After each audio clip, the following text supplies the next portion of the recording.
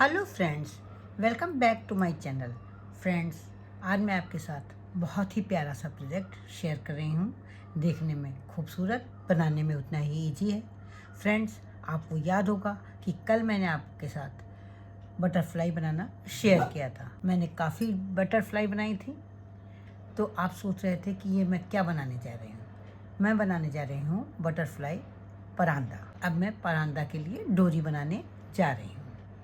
तो अब हम डोरी बनाना सीखेंगे। फ्रेंड्स, वीडियो बनाने से पहले मेरी आपसे रिक्वेस्ट है कि अगर आप मेरे चैनल पर पहली बार विजिट कर रहे हैं तो मेरे चैनल को सब्सक्राइब करना ना भूलें, बेल आइकन को दबाएं, जिससे कि आपको मेरे वीडियो की नोटिफिकेशन सबसे पहले मिल सके। अगर आपको मेरी ये वीडियो पसंद आती है, इस वीडियो में परांदा को बनाने का ढंग, समझाने का ढंग अच्छा लगता है, तो प्लीज़ आप इसे लाइक करें, कमेंट करें और अपने साथियों के साथ शेयर करना ना भूलें। तो अब हम परांदे की डोरी बनाना स्टार्ट कर रहे हैं। सबसे पहले हम ग्रीन कलर का वूल लेंगे। अब यहाँ पर हम बनाएंगे एक स्लिप नॉट। ये इस तरह से स्लिप नॉट बनाएंगे। ये हमारी स्लिप नॉट बन गई है। इसके बाद अब हम बनाएंगे 25 चेन। 1 2 3 4 5 6 7 8 9 10। अब 25 चेन बनाने के बाद 7 चेन हम और बनाएंगे, क्योंकि हमें लीफ बनानी है। तो हो जाएगी 1 2 3 4 5 6 और 7। 6 चेन से हमें लीफ बनानी है। तो क्या करेंगे, पहली वाली चेन छोड़ करके दूसरी वाली चेन में हम बनाएंगे हाफ डबल क्रोशिया। कैसे बनाएंगे, क्रोशिया पर इस तरह से ऊन लेंगे और एक चेन छोड़ करके दूसरी वाली चेन में क्रोशिया डालेंगे, एक लूप लेंगे और उसके बाद एक लूप नया लेकर के तीनों लूप में से निकाल लेंगे। ये हमारी हाफ डबल क्रोशिया बन गई है। इसके बाद हम बनाएंगे अगली वाली चेन में एक डबल क्रोशिया। क्रोशिया पर ऊन लेकर के ये इस तरह से अगली चेन में डालेंगे, एक लूप लेंगे, फिर एक नया लूप लेकर के दो लूप में से निकालेंगे, फिर एक नया लूप लेकर के दो लूप में से निकालेंगे। ये हो गई हमारी एक डबल क्रोशिया। इसके बाद तीसरी चेन पे हम फिर से बनाएंगे एक हाफ डबल क्रोशिया। ये इस तरह से एक लूप ले लेंगे और एक नया लूप लेकर के इन तीनों लूप में से निकाल देंगे। ये हो गई हाफ डबल क्रोशिया। इसके बाद वाली चेन में हम बनाएंगे एक सिंगल क्रोशिया। ये इस तरह से हम बनाएंगे सिंगल क्रोशिया। और इसके बाद वाली चेन में हम बनाएंगे एक स्लिप स्टिच। ये हो गई स्लिप स्टिच। ये हमारी लीफ बन गई है। लीफ बनने के बाद जैसे हमने पहले 25 चेन बनाई थी, फिर से 25 चेन बनाएंगे। 1 2 3 4 5 6। अभी मैं आपको बना करके दिखाती हूँ। 25 चेन हमने बना ली है। फिर पहले की तरह लीफ बनाने के लिए 7 चेन बनाएंगे। 1 2 3 4 5 6 और ये 7। एक चेन स्किप करके दूसरी वाली चेन में हम हाफ डबल क्रोशिया बनाएंगे। कैसे बनाएंगे ये आप देख ही चुके हैं। ये हो गई हमारी एक हाफ डबल क्रोशिया। इसके बाद वाली चेन में हम बनाएंगे एक डबल क्रोशिया। डबल क्रोशिया बनानी भी आपको आ गई है। फिर इसके बाद फिर से हम बनाएंगे एक हाफ डबल क्रोशिया तीसरी चेन में। ये हो गई हाफ डबल क्रोशिया।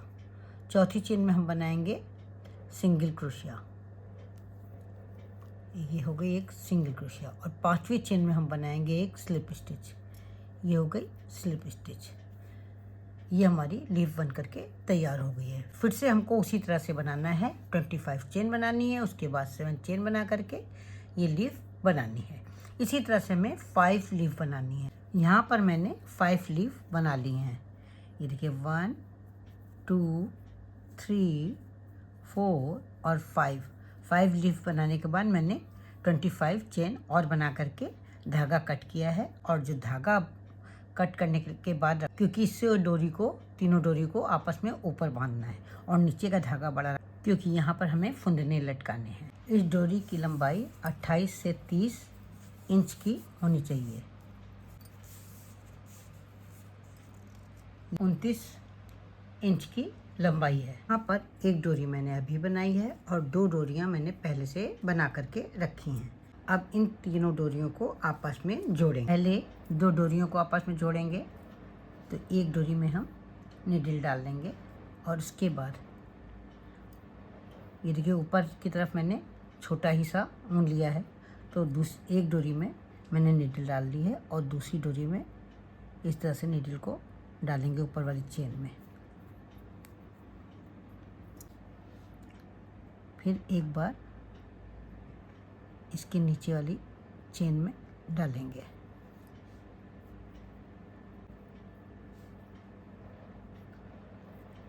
फिर से ऊपर वाली चेन में, दोनों चेन में डालेंगे और एक बार हम नीचे से बीचों बीच से इस तरह से निकाल देंगे। इस तरह से ये गांठ मजबूत हो जाएगी।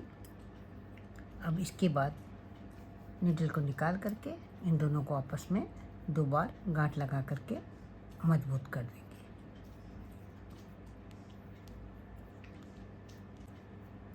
इस तरह से हम 2 डोरियों को जोड़ लेंगे।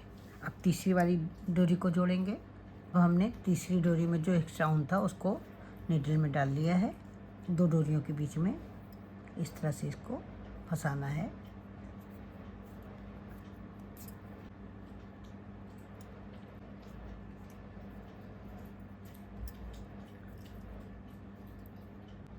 तीनों डोरियों को आपस में जोड़ना है।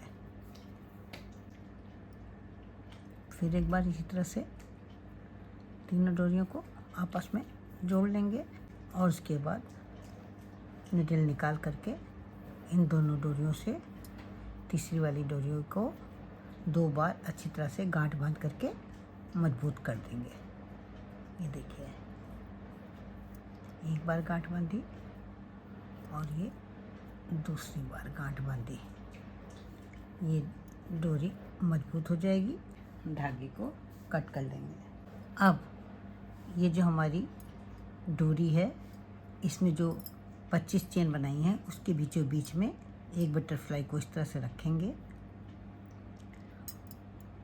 और इस तरह से पीछे की ओर से डोरी के रंग का ही ऊन लेंगे और उसको इस तरह से यहाँ पर बटरफ्लाई और डोरी तीनों को इस तरह से लेकर के एक बार सिल देंगे। ये देखिए, इस तरह से ये हमने बटरफ्लाई में से ऊन ले लिया, ये डोरी में ऊन ले लिया और ये फिर से बटरफ्लाई में ऊन ले लिया और एक बार पहले सिल चुके हैं। अब इस बार में हम इसमें एक गांठ लगा देंगे इस तरह से और एक गांठ और लगा देंगे।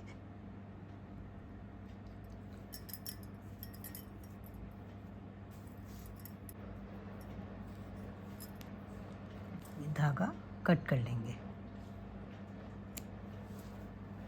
ये हमारी बटरफ्लाई इसमें लग गई है। अब आप चाहें तो यहाँ पर बटरफ्लाई को ग्लू से भी चिपका सकती हैं।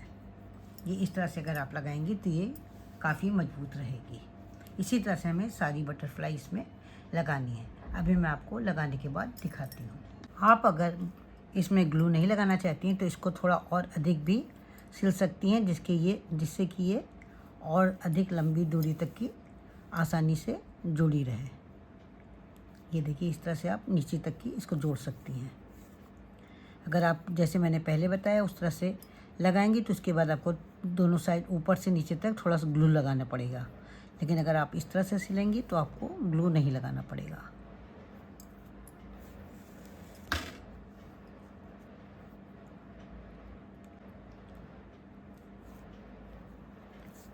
इस तरह से सिलने पे आपको ग्लू नहीं लगाना पड़ेगा। ये पूरी तरह से इसके साथ सेट हो जाएगी।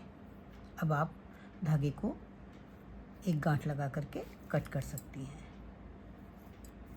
ये इस तरह से। यहाँ पर मैंने परांदा में बटरफ्लाई लगा ली हैं। हर एक डोरी में 6 बटरफ्लाई लगी हैं। कुल मिलाकर के 18 बटरफ्लाई मैंने लगाई हैं। अब इसमें टसल्स लगाने हैं। 3 टसल्स लगाने हैं। मैंने 2 में लगा लिए हैं। तीसरे में कैसे लगाएंगे ये मैं अभी आपको लगा करके दिखाती हूँ। जो लंबा सा ऊन ले रखा था मैंने पहले से, उस ऊन को नीडल में डाल देंगे। नीडल में ऊन डाल दिया है। अब क्या करना है, ऊन लेना है, ऊन को इस तरह से 4 फिंगर्स पर लपेटना है 12 टाइम। 2 3 4 5 6 7 8 9 10 11 और ये 12 टाइम लपेटना है। इसके बाद धागे को कट कर देंगे। क्या करना है, इस तरह से बीचों बीच से धागे को पकड़ना है और ये जो नीडल ली है इसमें ऐसे डाल देंगे बीचों बीच में, जहाँ से हमने पकड़ा है उसी जगह से। और उसके बाद इस तरह से लपेट करके एक बार, और इसको ये जो चेन बनी हुई है इसमें पहली वाली जो नीचे वाली चेन है उसमें इस तरह से डाल देंगे, इस तरह से ये डाल देंगे, टाइट हो जाएगा। अब फिर एक बार इसी तरह से नीचे से लेकर के ये देखिए इसमें डाल देंगे पहली वाली चेन में।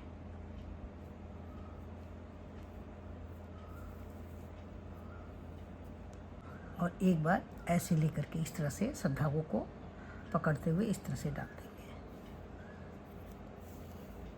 इस तरह से ये फिक्स हो जाएंगे, ये अब खिसकेंगे नहीं। अब क्या करेंगे, इसको इस तरह से पकड़ेंगे टसल को और इस तरह से ये डोरी को 2 बार लपेट लेंगे। ये इस तरह से 2 बार डोरी को लपेटेंगे।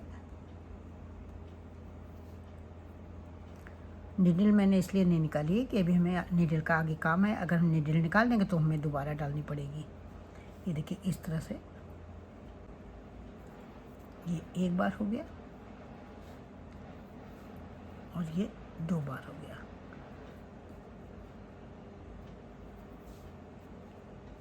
दो बार इस तरह से लपेट लेंगे।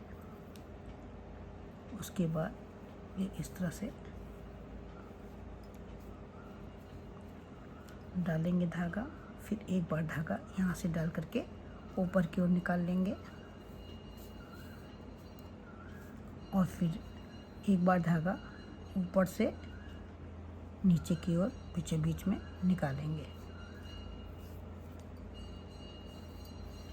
अब यहाँ पर धागा इस जगह पर कट कर देंगे।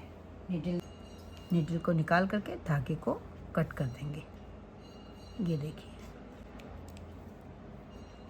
अब इसको इस तरह टसल्स को पकड़ करके सारे कट कर देंगे।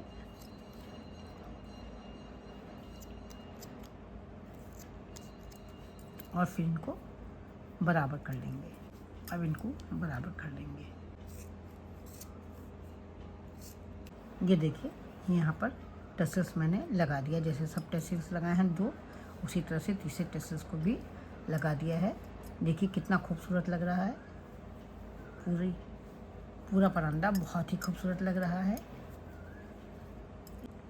मुझे तो ये बहुत ही सुंदर लग रहा है। आपको कैसा लगा? आशा करती हूँ आपको भी बहुत ही अच्छा लग रहा होगा। तो फिर देर किस बात की, उठाइए ऊन और क्रोशिया बनाना शुरू कर दीजिए। तो फिर मिलते हैं कल एक नई वीडियो के साथ, एक नए डिज़ाइन के साथ। तब तक के लिए जय माता दी।